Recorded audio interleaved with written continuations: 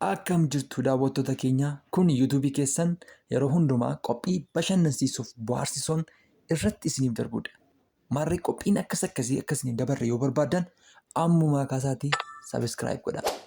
Har'a keessummaa tokko qabadhee isinii dhiyaadheen jira. Keessummaan kun eenyu akka ta'e seenaansaa maal akka ta'e walumaan kan ilaallu ta'a. Amma dhuma viidiyoo kanaatti nu waliin tura. Mee maqaa kee eenyu jennu?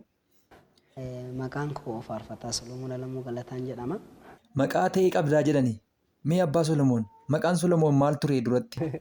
Maqaan isaa biyyi kan beeku naannoon kan beeku Buzee jennaan. Buzee maal jechuudha? Buzaayyoo jechuu keenya. Akkas jechuu keessanii. Waan baay'ee buzuu ayyoo waan rakkina du'aa qorumsa argeera baay'een argee jenne malee nuti tajaajila arginan seene. Mee namoonni isin hin beekne hedduun sababa jiranii fi mee isin maal hojjettu maqaan keessan eenyu seenaan keessan maal akka ta'e gabaabsaatti nutti himame.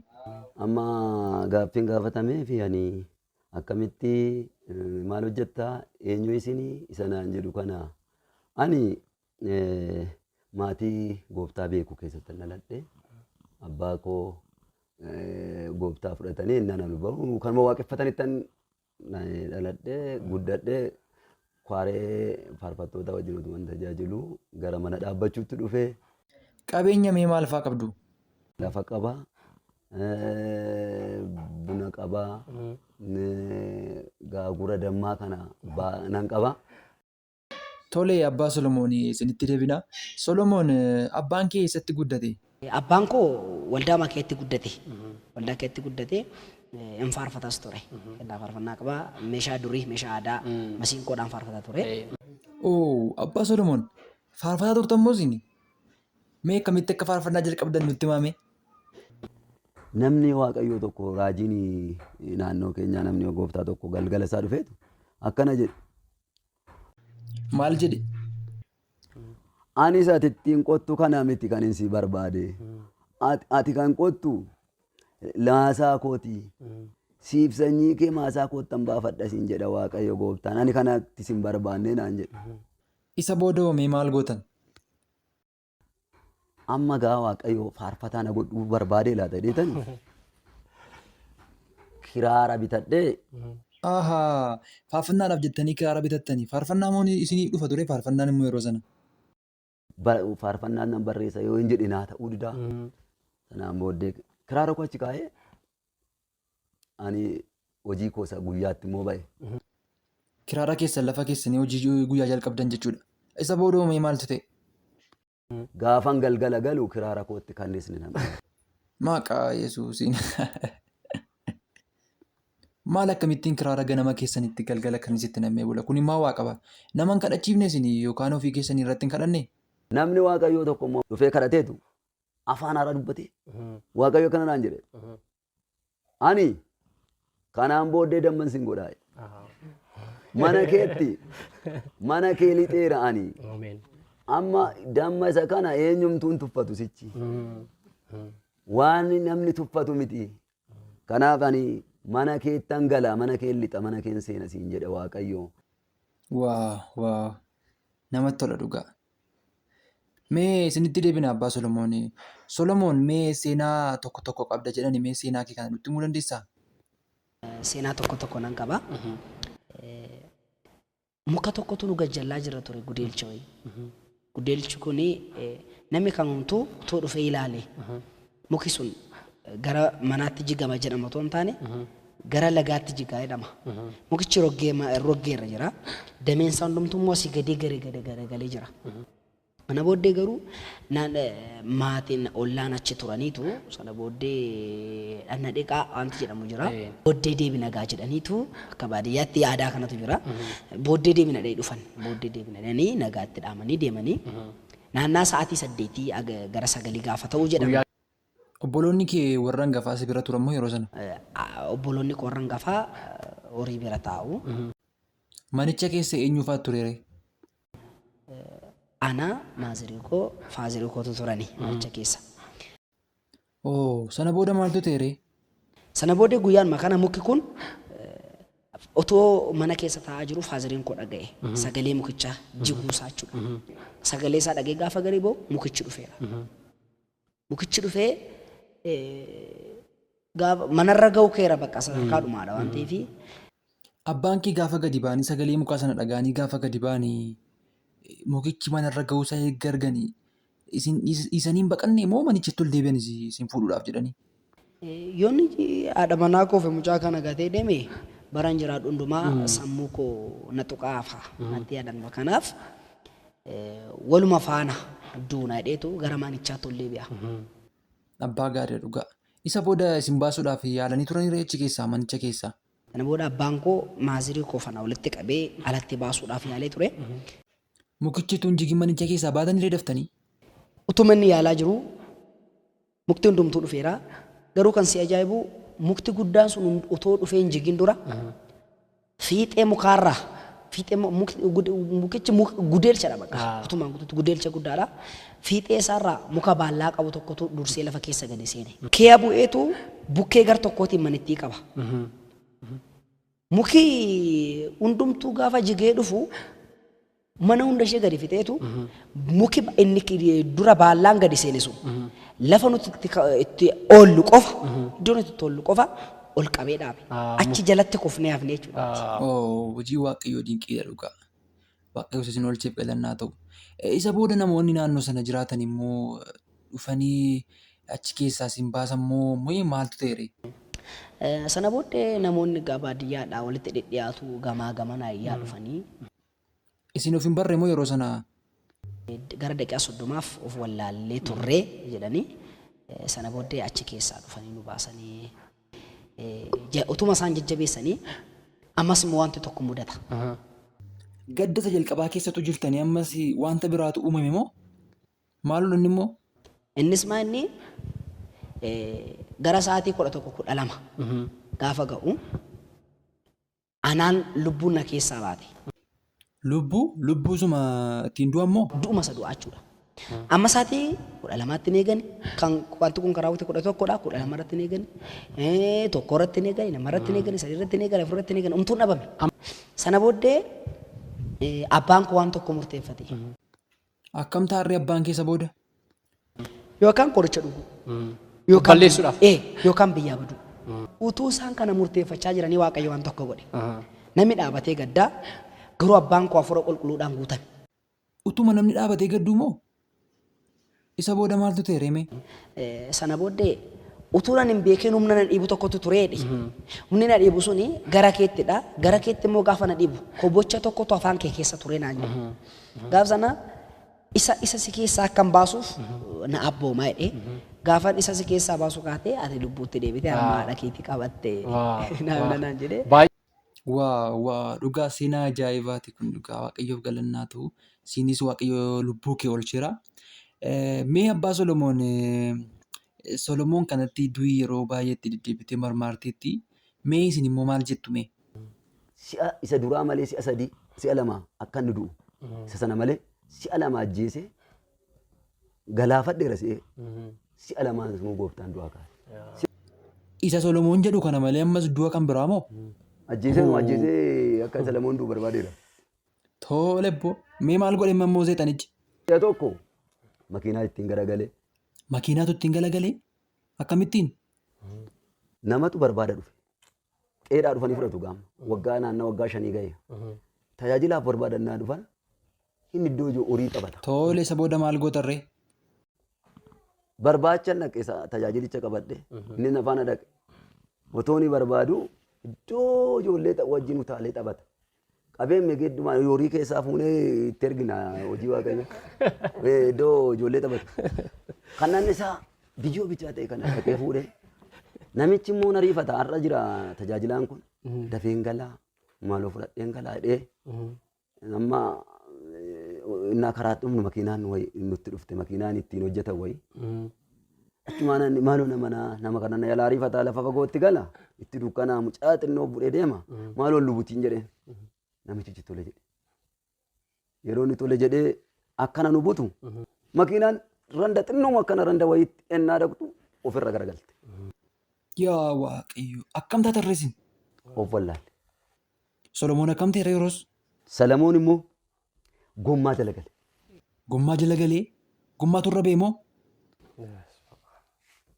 Gommaa jala galu malee makiinaan akka achirra deemin ergamaa waaqayyoo makiinicha achitti dhaabe. waan dinqiidha kun akkamitti ta'uu danda'a dhugaa. Gommaa jala galee isayyuu isin duroof baramoo Garuu ergamaa waaqayyoo harkamarra kaayet irraa dhuunfatti fakkaata. Inni nu dura obbare. isinoo akkam taata yeroos. Ani immoo ittaaneen obbare. Tajaajilichi akkam ta'e Tajaajilichi immoo obbaruu hin dadhabe. baay'ee miidhamee ture moo Dhiigni afaan isaatiin ba'a. Kanaan booddee harkifnee achi bunnee bishaan itti guurree teenyee gaadde tajaajilaaf barbaadu gadda cimaatu nutti dhufu nurra bu'a. waaqayyoo dhugaa lubbuu Solomoonis kan keessanis oolcheera dhugaa waaqayyoof galannaa ta'u. Eshi kan biraas qabna jettanii inni immoo maal ture? Isa lammataa tajaajilli bultii lama gaafaaf Salamoon akka du'uuf ammas boolla qopheesse jedhan.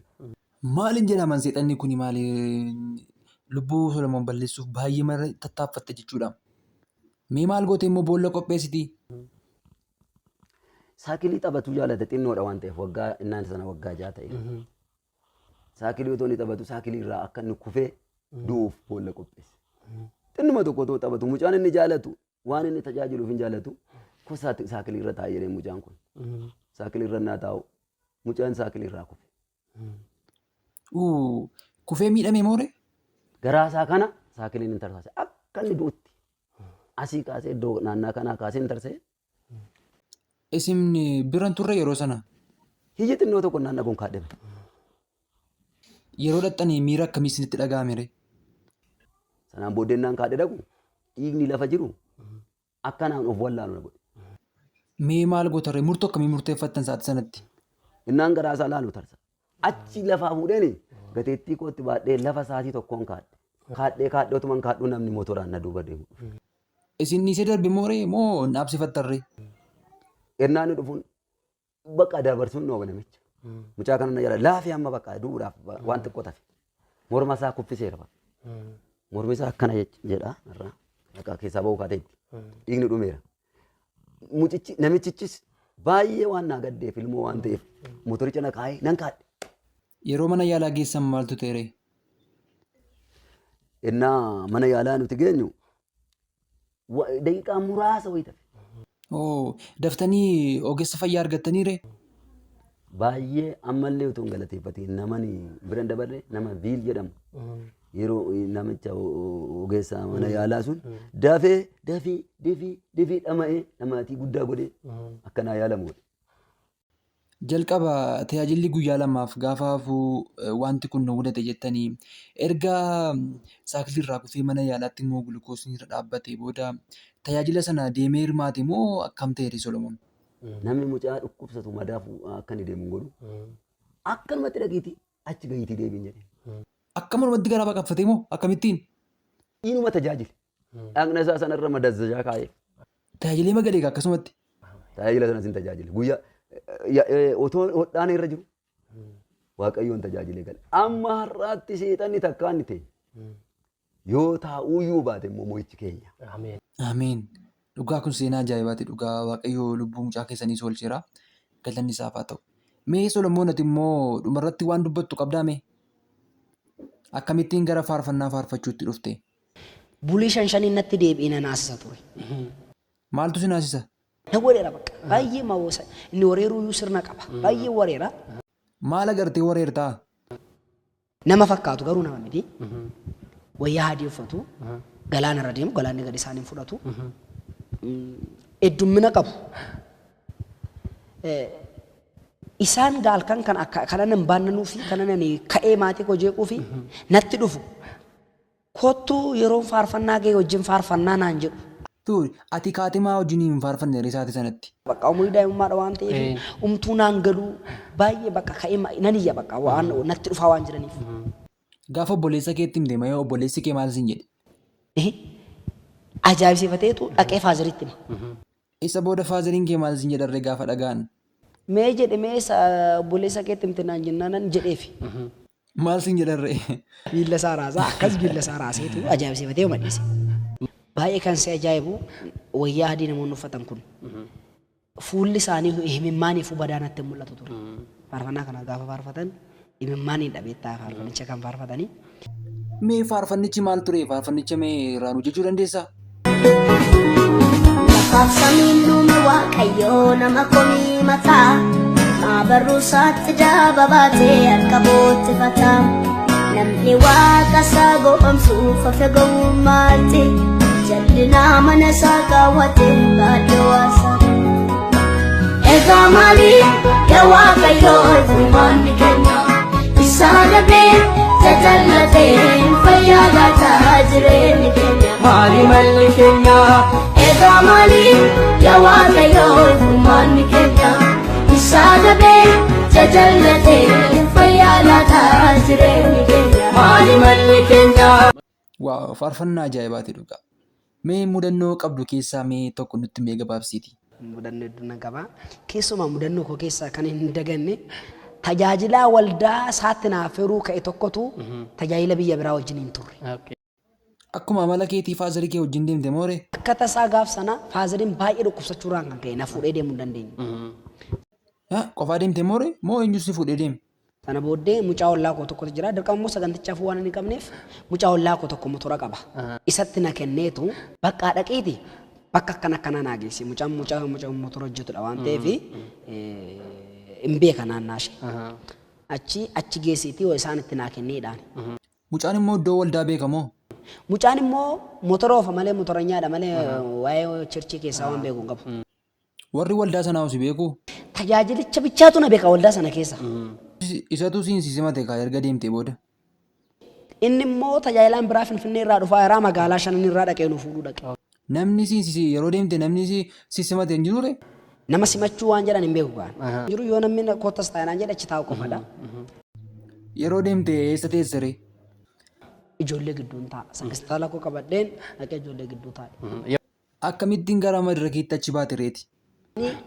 Achi baanii sagantaan kadhatamee xumuramee faarfataarraa faarfannaa dhageenyaa jedhu. Sana booddee faarfachuuf ana achi ol ba'a. Ijoollee keessaa kaatee gara madirakiitti jechuudha. Yeroo ol baate maaltu si mudate ree? Limmichee baarzaafii irraa kan laatamu. Baarzaafii irraa kutateetu limmicheedha maqaa. Durayyuu rakkisaa turan ijoollee. Ani gaafan gara madirakiitti gara puulpiitii sanaatti ol ba'ee maakii qabachuuf jedhu. Kittim godhee mootosheetuma si'a lamaan tokko nagaraa. Akkam nama gubdii ulettiin immoo. Deebitee teessee moo reekkam taate ree moo itti fuftee faarfatte? Deebisee na teessise. Namichi tajaajilaan si beeku sun gaafa dhufe maal sin jedhe ree? Faarfataan akkoo isa kana dhamaaf dhattana achi keessa maal hojjechi keessa jennaan. Eenan faarfataan kana dhannaan gaafa namichi dhufee akkas na baasee bakka al takka amma faarfataan keenya dhufee rasa faana faarfannaa dhageenya. Hidhanii gaafa maakiinatti kennanii uummati gaafa nan dura garafamu taa'ee na laalaa ture. Faarfannaa naaf hin malan seene teessoo natti fuutee na teessifte tokko jedhutu jira. Isa gaafa faarfachuu jalqabu maal akkamitti akkan garafame uummanni argeera waan ta'eef. Anis nan boo'e. Namoonni hin boonyeere. Namoonni hin boo'anii bakka erga sanaatii mudannoo muraasatu na mudate malee mudannoo.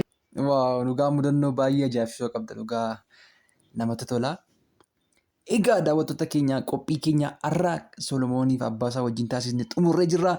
Yeroo ta'an immoo mudannoo seenaa gaggabaaboo faarfattoota biraa wajjin kan walitti deebinu ta'a. Ammasitti yuutuubii keenya sabiskiraayib godhaa isiniin jenna. Galatooma.